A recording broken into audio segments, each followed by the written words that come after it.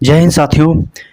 सरकार के साथ एनपीएस को ख़त्म करने के लिए सोमवार को बैठक हुई थी। यूनियन के तमाम लीडर के साथ सरकार बैठक की थी। इस पे चर्चा करनी थी कि एनपीएस में कैसे मॉडिफिकेशन करना है। हालांकि यूनियन का कहना है कि हम ओपीएस के लिए बैठक में पार्टिसिपेट कर रहे हैं। बहुत सारे ऐसे भी यूनियन हैं इस जो बैठक थी उसको बहिष्कार किया, चूँकि ओपीएस का मुद्दा उठाना ही नहीं चाह रही थी सरकार, इस वजह से उन्होंने बहिष्कार किया। लेकिन बहुत सारे यूनियन जो हैं जिनको कि खत लिखा गया, मिश्रा जी हैं, तो वो यूनियन के लीडर हैं और उन्होंने पार्टिसिपेट किया। और क्या आउटकम निकल के सामने आया, यानी कि क्या सरकार ने प्रपोजल रखा और यूनियन वालों ने क्या एक्सेप्ट किया, क्या चीज़ें बात हुई, क्या आपके 23 तारीख को निकल के सामने आएगा बजट में। चूँकि बजट के पॉइंट ऑफ व्यू से ही ये बैठक तुरंत रखी गई थी, अर्जेंट में रखी गई थी। तमाम चीज़ों पे हम डिस्कस करने वाले हैं इस वीडियो में। चैनल पे नए हैं तो ज़रूर सब्सक्राइब कर लीजिएगा, क्योंकि इसी तरह के अपडेट आपको आसानी से आसान भाषा में समझाई जाएगी। ठीक है, तो चैनल को एक बार जरूर सब्सक्राइब कर लीजिएगा। चलिए हम बात कर लेते हैं। सबसे पहले ये जो लेटर है जिसमें कि बताया गया था 10 तारीख को रिलीज किया गया था, अर्जेंट यहाँ पे मीटिंग रखी गई थी जिसमें कि श्री शिव गोपाल मिश्रा जी को बुलाया गया था। आप देख सकते हैं अर्जेंट मीटिंग की बात की जा रही थी।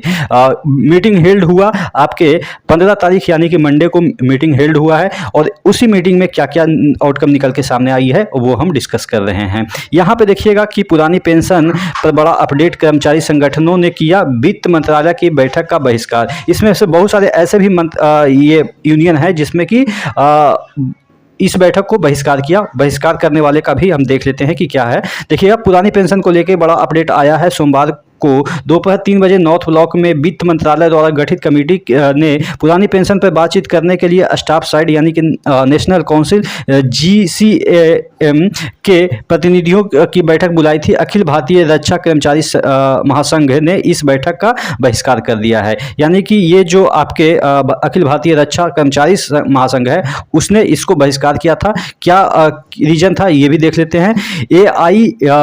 AIEDEF के अध्यक्ष SN पाठक और महासचिव श्री कुमार के मुताबिक कर्मियों को केवल गारंटीकृत पुरानी पेंशन ही चाहिए। उन्हें एनपीएस में सुधार मंजूर नहीं है। यानी कि एनपीएस में सुधार से संबंधित इनको लग रहा था कि सिर्फ एनपीएस में सुधार से संबंधित वहां पे बातें होगी, इसलिए इन्होंने बैठक का बहिष्कार किया। केंद्र और एवं राज्य सरकार के 6 करोड़ से अधिक कर्मचारी एनपीएस को खत्म करने और पुरानी पेंशन योजना के तहत पेंशन बहाल करने के लिए संघर्ष कर रहे हैं। मोदी 2.0 सरकार ने एनपीएस में सुधार की सिफारिश के लिए वित्त सचिव की अध्यक्षता में एक उच्च स्तरीय समिति गठन किया था। यानी कि जब मोदी जी थे इससे पहले प्रधानमंत्री, उसी समय यानी कि दूसरे कार्यकाल में ही एक सचिव के अध्यक्षता में एक कमेटी गठित की गई थी। उसके बाद यहाँ पे कह रहा है कि AIEDF के कर्मचारी पक्ष ने राष्ट्रीय परिषद GCAM और वित्त मंत्रालय की समिति को ज्ञापन सौंपकर एनपीएस में किसी भी तरह के सुधार की बात को खारिज कर दिया है। यानी कि ये संगठन है वो एकदम से खारिज कर दिया कि हम इसमें सुधार नहीं चाहते हैं, जस्ट हमको ओपीएस ही चाहिए। कर्मचारी संगठन के नेताओं का कहना है कि उनकी मांग केवल पुरानी पेंशन बहाली है। तो ये चीज है जिसकी वजह से इन्होंने बैठक का बहिष्कार किया। लेकिन जब बैठक हुई तो बैठक में बहुत सारे यूनियन के लीडर भी आप देख सकते हैं, यहाँ पे मिश्रा जी बैठे हुए हैं इस बैठक में। अब इसमें क्या निकल के सामने आया है उसका आउटकम यहाँ पे आपको देखने को मिलेगा। डॉक्टर मंजीत सिंह पटेल जो कि आपके यूनियन के एक और यूनियन के लीड प्रेसिडेंट हैं, वो क्या लिख रहे हैं ट्विटर पे देखिएगा। इन्होंने लिखा है कि अंतिम वेतन के 50% डीए के साथ पेंशन, यानी कि जो पेंशन मिलेगा उसमें डीए भी इंक्लूड करना है। यानी कि हर 6 महीने के बाद जो डीए इंक्लूड होता है उसको भी इंक्लूड करना है। पर फोकस रहा जेसीएम की भारत सरकार के साथ बैठक में एनपीएस को खत्म करके नहीं बल्कि एनपीएस में ही ओपीएस के प्रावधान शामिल करने पर सरकार का जोर। यानी कि जो बैठक हुई उसमें एनपीएस को खत्म तो नहीं किया जाने की बात पे जोर दिया गया, उसी में जो ओपीएस के कुछ ऐसे प्रावधान हैं जो कि गारंटीकृत आप कह सकते हैं पेंशन देने की बात हो, या डीए उसमें ऐड करने की बात हो, या कुछ और भी जो टर्म एंड कंडीशन हो उसको इसमें इंक्लूड करने की बात पे जोर दिया गया। बजट से पहले आ सकती है कोई बड़ी सूचना। यानी कि अब बजट जब 2024 को यानी कि ये जुलाई 23 को जब पेश होगा तो उसमें कोई बड़ा फैसला आ सकता है, क्योंकि इस बैठक में कुछ ना कुछ डिस्कस हुए।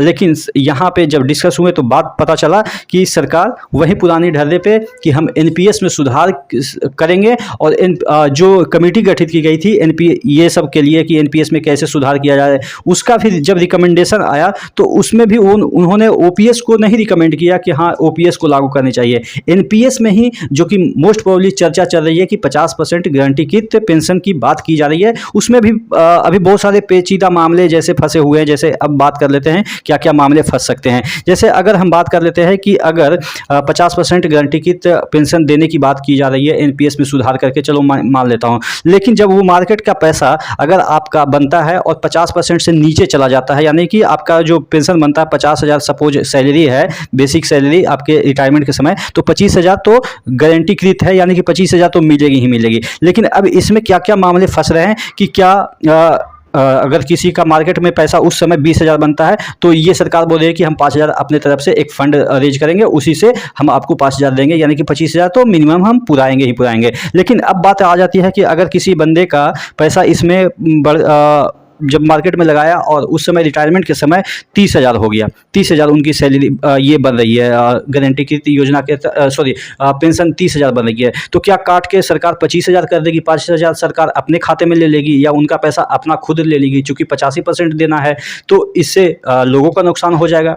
ठीक है, तो यानी कि ये भी क्लियर नहीं है। उसके बाद डीए का भी क्लियर नहीं है, कोई बोल रहा है कि डीए इसमें ऐड होगा कि नहीं होगा, कोई बोल रहा है कि नहीं होगा, कोई बोल रहा है कि ऐड होगा, कोई कह रहा है कि ये फिक्स है कि 25,000 आपका बढ़ते रहेगा और 5 साल 10 साल का एक टर्म बना दिया जाएगा कि 5 साल के बाद आपकी इतना % से सैलरी बढ़ेगी, ये पेंशन बढ़ेगा, 10 साल के बाद इतना % से बढ़ेगा, लेकिन बीच में जो महंगाई है वो इंक्लूड नहीं होगा। तो इस पर भी अभी क्लियरेंस नहीं है। तो बहुत सारे मामले हैं, जब इस पर चर्चा होगी संसद भवन में तभी क्लियर हो पाएगा कि एक्चुअल में ये क्या है। उसके बाद कंट्रीब्यूशन की बात करें तो 10% जो कंट्रीब्यूट हम लोग करते हैं तो क्या उसको बंद किया जाएगा कि या वही रहेगा, 10% हमारा ही कंट्रीब्यूशन रहेगा, सरकार जो 14% कंट्रीब्यूट कर रही है वो बंद कर देगी, सरकार अपने तरफ से कोई कंट्रीब्यूशन नहीं करेगी, क्योंकि सरकार की दलील है कि जब हम 14% दे ही रहे हैं तो फिर बाद में हम आपको 5,000 जो घटता है वो क्यों देंगे, जब हम 5,000 जब घटता है तब दे रहे हैं तो फिर हम 14% क्यों देंगे। तो ये सब तमाम मामले इसमें पेचीदा मामले हैं जो कि फंसते नज़र आ रहे हैं। लेकिन हाँ, बड़े बड़े वित्त